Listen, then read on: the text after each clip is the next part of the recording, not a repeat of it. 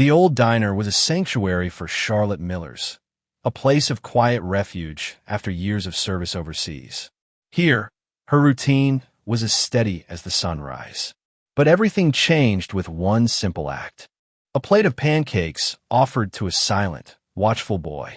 When that kindness was met with public ridicule, Charlotte's world threatened to unravel.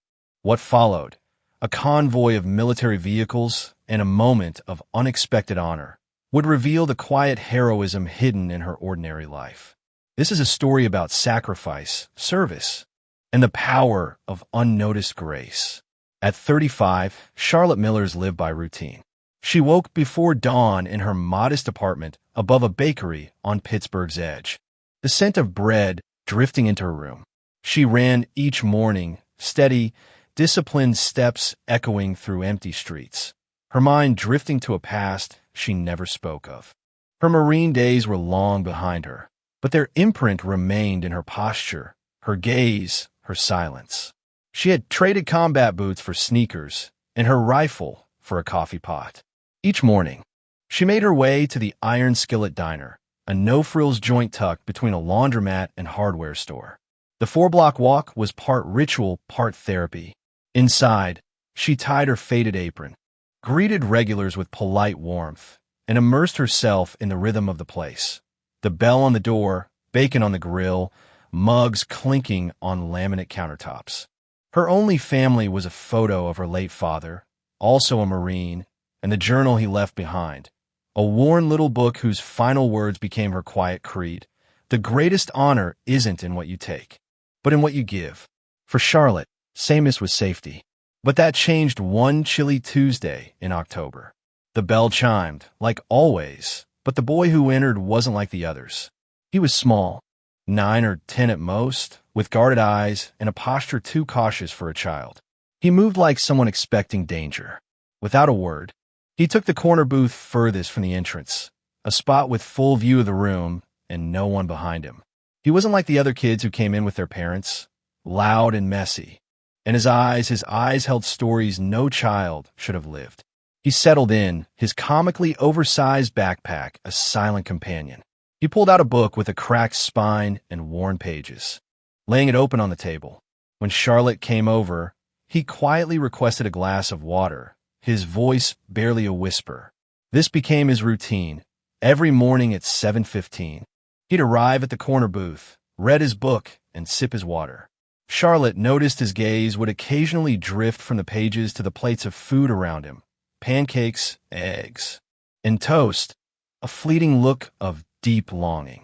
It wasn't just hunger. It was a need Charlotte recognized all too well from her own childhood and the struggles she had witnessed abroad. He never ordered food.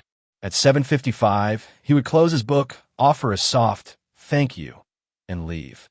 Charlotte, drawn into his quiet orbit, knew his eyes spoke volumes about a private, profound struggle. One crisp morning, watching him gaze longingly at a family sharing pancakes, Charlotte's heart ached. She knew that look, the desire for not just food, but the warmth of a family meal. Acting on instinct, she grabbed a clean plate, piled it with 3 fluffy pancakes, and topped them with butter and syrup. Approaching his table, she placed the plate down with a theatrical whisper. "The kitchen made an extra stack," she lied gently. "The cook must be getting old. I can't just throw them away. Just do me a favor and eat them. It's better to go to a good home than a garbage can. Right?" She walked away, not giving him a chance to protest. From behind the counter, she watched as he hesitated, then slowly, tentatively, picked up his fork. He took a bite, and for the first time, the tension in his small shoulders began to melt away, replaced by a quiet focus. 10 minutes later, the plate was spotless. As she cleared the table, he still didn't look at her, but his whispered thank you was their first real conversation, a simple exchange of gratitude and understanding. It was a silent pact between a former Marine and a boy fighting his own silent war. Charlotte continued to bring him pancakes every morning for many weeks, the gesture becoming a quiet ritual of kindness. Playing charity worker on company time, Charlotte? The voice was laced with a patronizing tone that made Charlotte's shoulders tense. It was Harold, a retired postal worker who occupied the same stool at the counter every morning. He pointed a crinkled finger at the boys' table, a subtle accusation in his eyes. You feeding a stray or what? Charlotte didn't turn around. She simply wiped the counter with a cloth she had been holding. He's just a kid who comes in for water, Harold, she said, her voice even, betraying none of the frustration she felt. The pancakes were a mistake. A mistake every single day. A different voice chimed in, this one from behind her. It was Cathy, a short-order cook with a pragmatic, no-nonsense attitude. Look, Charlotte, I get it. You have a big heart, but you're feeding a stray. You give handouts. They never learn gratitude. They just disappear one day. They always do. Charlotte finally turned, meeting Cathy's gaze with a firmness that left no room for argument. Maybe they don't need to learn gratitude, Cathy. Maybe they just need a meal. Her words hung in the air, a quiet defense that went against the grain of the diner's unspoken rules. But the real confrontation came later that morning, when Mark, the diner's owner, called her into his cramped office in the back. Mark, a former Navy man himself, had seen too much to be swayed by sentiment. He was a man of logic, of numbers, of a business that was just barely staying afloat. He tapped his fingers on his desk, a staccato rhythm that mirrored the anxiety in Charlotte's chest. I've been watching you with that kid. Charlotte, he said, his voice low and serious. I appreciate what you're trying to do, but we can't have employees giving away free meals. It's bad for business, and it sets a precedent. Charlotte twisted her apron in her hands, a nervous habit she'd never been able to shake. I understand, Mark. I'll cover the cost myself. Mark's eyebrows shot up. From your tips? Charlotte, you know that barely covers your rent. It's my choice, she said, her voice gaining a resolute quality that made Mark pause. He saw something in her eyes, a reflection of the same quiet determination he'd seen in the mirror decades ago. It's just one meal a day. I can manage. He sighed, the sound of a man tired of fighting old battles. Fine, but if it affects your work, or if that kid causes any trouble, it stops. Immediately. Understand. Charlotte nodded, a wave of relief washing over her. She'd expected to be fired. She'd braced herself for it. But this compromise she could live with. She had enough to pay for one meal, and that was all that mattered. As she left the office, she pulled out a small, worn leather journal from her pocket. She opened it to a page she knew by heart, a dog-eared memory from her father. A soldier helps not for reward, but because he knows what it feels like to be in need. She traced the words with her finger, finding solace in a past she had worked so hard to outrun. His words were a shield against the criticism, a reminder of the quiet, unwavering honor she was fighting for. The rhythm of the diner was a familiar comfort, a clockwork of sizzling griddles and clattering plates that Charlotte had come to rely on. But on a particularly cold Thursday in November, the clockwork broke. The bell on the diner door chimed at 7:15, and Charlotte's eyes, without conscious thought, darted to the corner booth. It was empty. The backpack was gone. The familiar, small figure was not there. A sudden, sharp feeling of unease settled in the pit of her stomach. She told herself it was nothing. Kids get sick. Maybe he had a field trip. Maybe he just overslept. Still, the feeling persisted, a quiet hum of worry that she couldn't shake. She went through the motions, refilling coffee cups, taking orders, her mind replaying the image of the empty booth. She made his usual plate of pancakes anyway, a small act of defiance against the gnawing doubt. She set it down on the table, a silent offering, just in case he was late. It was a foolish hope, a denial of the obvious, but she couldn't help herself. Waste of food, Cathy muttered as she walked by, shaking her head. Told you they never stick around. The words stung, not because they were unkind, but because they held the weight of a truth Charlotte feared. She watched the plate of pancakes grow cold and stiff. The syrup hardened into a sticky glaze. The butter a pale, waxy yellow. By the time the dinner rush died down and the afternoon light cast long shadows across the floor, the untouched plate had become a silent rebuke, a testament to her naivety.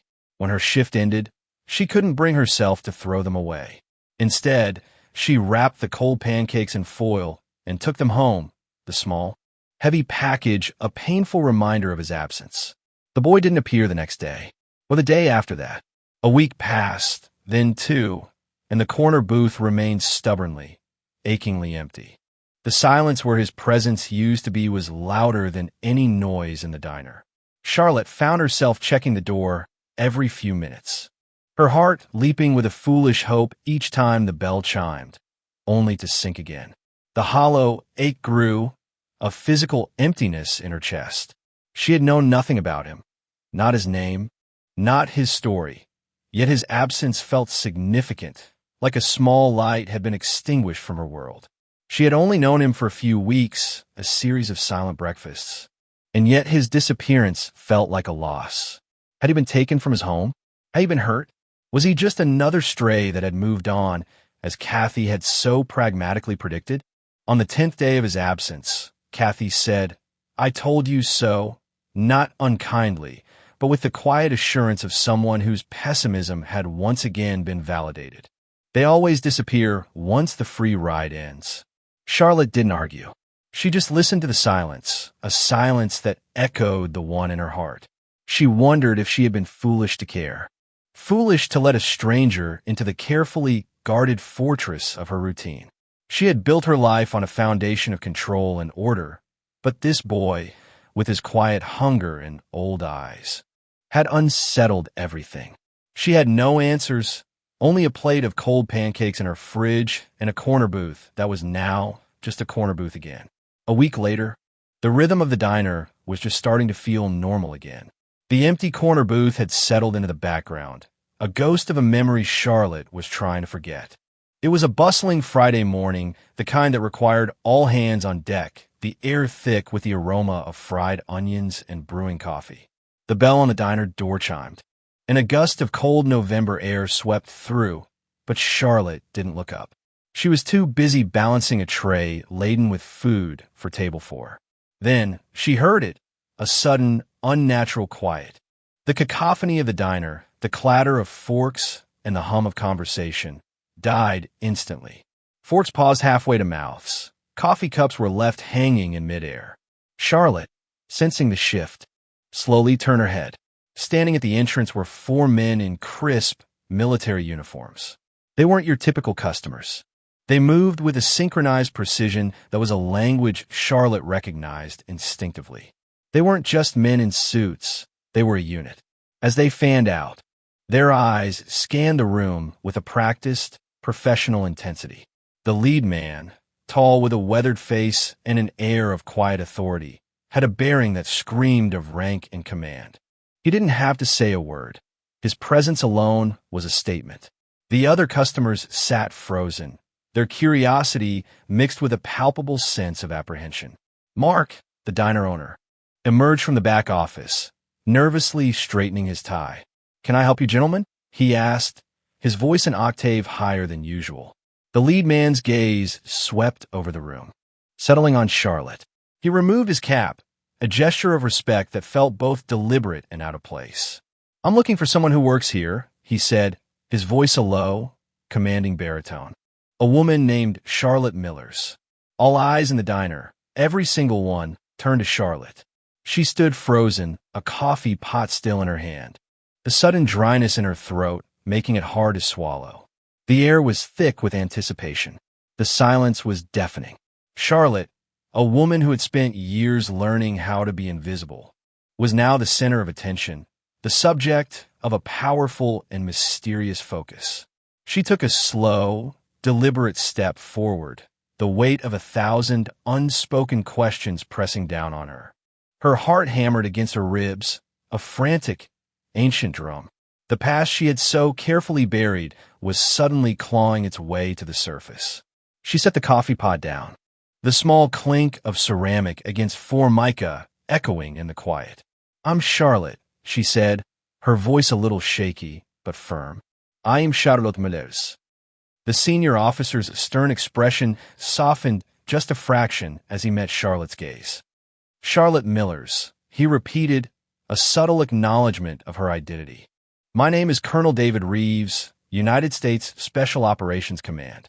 He reached into the breast pocket of his uniform and withdrew a crisp, official-looking envelope.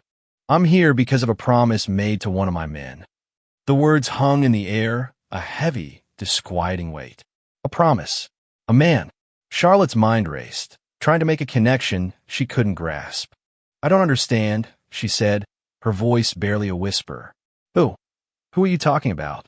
Colonel Reeves stepped closer, his voice dropping to a confidential tone. "The boy you've been feeding for the past several months. His name is Adam Thompson." The name hit Charlotte like a physical blow. Adam. For weeks, he had been a nameless ghost, a silent companion in her morning routine. Now, he had a name, and with it, a story. The pieces of the puzzle began to click into place, a sudden, devastating clarity. The solitude, the guarded eyes, the hunger that was so much more than just a need for food. His father was Master Sergeant James Thompson. The colonel continued, his voice professional, but not without a tremor of emotion. "One of the finest soldiers under my command. A man of quiet strength and unwavering honor." A wave of dread washed over Charlotte. The past tense. It hung in the air, a cruel, undeniable fact. Was, she repeated, the word a fragile question. "Is Adam okay?" "He's safe," Colonel Reeves assured her, though the word felt thin and inadequate. "He's with his grandparents in Colorado now. But for almost 3 months, he came here every morning before school. After his father was deployed on a classified operation, his mother, she left. She abandoned him." A collective murmur of shock rippled through the diner. Charlotte felt a sharp, crushing pain in her chest, a gut-wrenching ache as she imagined a boy so young, so alone, trying to survive on his own. He was too proud, too afraid of being taken away to tell anyone. He had managed alone, making the small emergency fund his father had left stretch far beyond its limits. He had been fighting his own war, a silent, lonely battle for survival, while his father was fighting another thousands of miles away. Colonel Reeves' voice, now tinged with a deep, somber finality, continued. "Master Sergeant Thompson. He was killed in action in Afghanistan 2 months ago." The words landed like a physical weight, crushing the last vestiges of hope. Charlotte's vision blurred with tears as she imagined the boy she had come to know in silence, waiting for a father who would never return. It was a tragedy that defied the small, safe world of the diner, a reminder of the unseen battles that raged just beyond its doors. The silent breakfasts, the stolen moments of kindness, the simple act of a plate of pancakes. They had not been for a hungry child, but for the son of a fallen hero. And in that moment, Charlotte realized her own past, her own silent battles, had finally found a home in someone else's story. The words hung in the air, a devastating silence that had replaced the diner's usual morning din. Every person in the room, from the regulars at the counter to the family in the corner booth, sat motionless, their faces a canvas of shock and dawning comprehension. The easy judgment, the casual criticisms had vanished, replaced by a profound and humbling shame. Colonel Reeves pulled out a folded piece of paper from the envelope. In his final letter, he said, his voice now a steady, emotional cadence, Master Sergeant Thompson wrote that if anything happened to him, we should find the woman at the diner who fed his son without asking questions. He wrote, "She didn't just feed a hungry child. She preserved the dignity of a soldier's son." He looked directly at Charlotte, his eyes holding a depth of gratitude that words alone could not convey. "When Adam finally told us about you, after we found him with his grandparents, the entire special operations community made it our mission to find you and thank you in person. What you did for the child of one of our own, without even knowing who he was, that means something to all of us." The colonel's voice caught just for a moment, a rare crack in his professional composure. He straightened to his full height, his posture an image of rigid discipline. Then, in a deliberate and profound gesture, he raised his hand to his brow and rendered a formal salute. It was a gesture of the highest respect, one rarely, if ever, given to a civilian. Behind him, the 3 other men in sharp suits did the same, their movements synchronized and flawless. On behalf of the United States Special Operations Command, the brothers in arms of Master Sergeant Thompson, and most importantly, on behalf of Adam, thank you. The silence that followed was absolute. It was a silence that held the weight of a soldier's sacrifice, a father's last wish, and a boy's quiet struggle. The customers in the diner, who had moments ago been a chorus of judgment, now rose to their feet in silent, collective respect, a spontaneous and powerful tribute. Even Harold, the retired postal worker, stood, his face pale and his hat clutched in his hands. Charlotte stood frozen in the center of it all, clutching the letter, tears streaming down her face. She was no longer just a waitress in a small-town diner. She was a keeper of a soldier's last wish, a silent hero in a war she had never known she was fighting. The simple acts of kindness, a plate of pancakes, a glass of water, a smile without questions, had meant more than she could ever have imagined. In that moment, she understood that her own past, her own silent battles, had led her to this moment, to this profound and unexpected honor. "I didn't know," she finally managed to whisper, her voice choked with emotion. I just couldn't let him go hungry." The colonel nodded, his eyes meeting hers. "Sometimes, Miss Millers," he said, his voice soft, "that's enough. Sometimes, feeding a hungry child without asking why they're hungry is the greatest kindness of all." The colonel's visit had irrevocably changed the atmosphere at the Iron Skillet. The story of Charlotte, Adam, and his fallen father had spread like wildfire through the Pittsburgh community. The same local Facebook group that had been a breeding ground for cruel speculation was now flooded with heartfelt retellings of Sergeant Thompson's letter, garnering thousands of shares and supportive comments. The quiet shame had been replaced by a very public admiration. Regulars began asking for Charlotte's section specifically, not just for the food, but to express their respect. Her tip jar, once a simple vessel for spare change, was now often filled with folded bills and handwritten notes. "Thank you for reminding us what matters," or "My son is in the Navy. Your kindness gives me hope." One morning, Harold, the retired postal worker, quietly placed his own veteran's pin on the counter and gave Charlotte a silent nod. Without a word, she understood it as both an apology and an acknowledgement. Mark, the diner owner who had initially begrudged Charlotte's free pancakes, was now leading the charge for change. He hung a small American flag beside the booth where Adam had sat. Beneath it, he placed a discreet plaque that read, "Reserved for those who serve and the families who wait." The booth was never truly empty again. It became a sanctuary occupied by veterans, active duty personnel passing through town, and, occasionally, families who were clearly struggling but were treated with a quiet dignity by the staff. The incident had become a catalyst for something far greater. One evening, Mark approached Charlotte with a rare sense of purpose. "I reached out to some old friends from my Navy days," he said, his voice filled with an uncharacteristic enthusiasm.